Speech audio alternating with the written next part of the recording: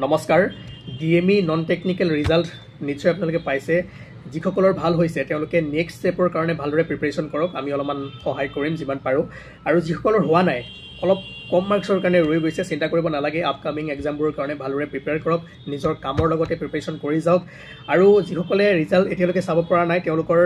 নাম্বাৰটো আমাক সেন্ড কৰি দিব আমি চাই দিম আৰু লগতে যদি কিবা মানে ডাউট থাকে সুধিব আৰু কাৰ ভাল হৈছে তেওঁলোকে কমেন্ট সেকশনত কমেন্ট কৰি জনাওক কিয়নো কেএছজিএছ আসামৰ পৰা যিসকলে 1% হলো হেল্প পাইছে তেওঁলোকৰ বিষয়ে যদি গম পাও তেনেহলে ভাল লাগিব আমাৰ কাৰণে কি ইমান যে কষ্ট কৰো